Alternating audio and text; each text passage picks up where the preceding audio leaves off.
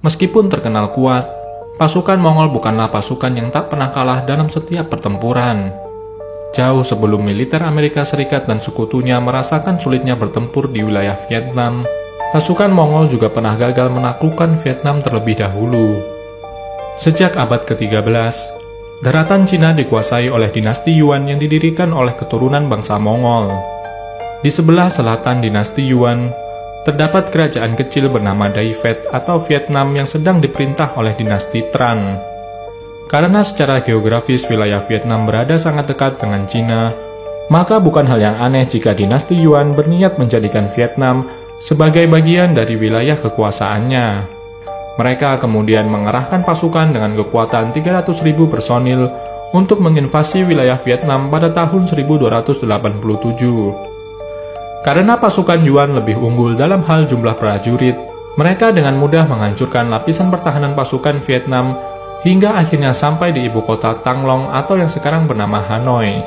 Pasukan Vietnam yang tersisa kemudian bersiaga mengelilingi kota Thăng Long untuk menghadang jalur darat yang terhubung ke kota tersebut agar pasukan Yuan terjebak di dalamnya dan tidak memiliki suplai perbekalan atau logistik.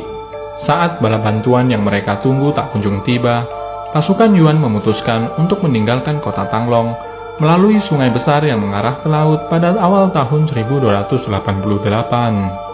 Pasukan Vietnam menyadari jika pasukan Yuan dibiarkan pergi meninggalkan Thăng Long begitu saja, cepat atau lambat mereka akan ikut terlibat dalam pertempuran lain.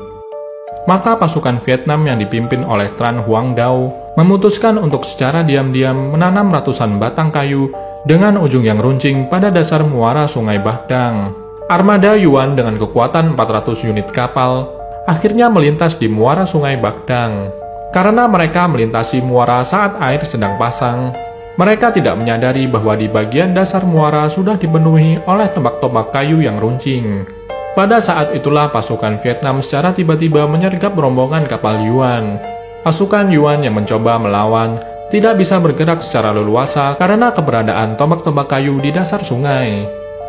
Pasukan Vietnam dengan segera memanfaatkan kesempatan tersebut untuk menenggelamkan kapal-kapal Yuan dan menyerang para awaknya.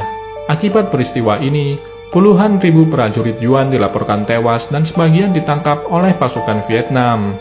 Bahkan karena banyaknya korban dalam pertempuran ini, air sungai Bac Dang sampai berubah warna menjadi merah.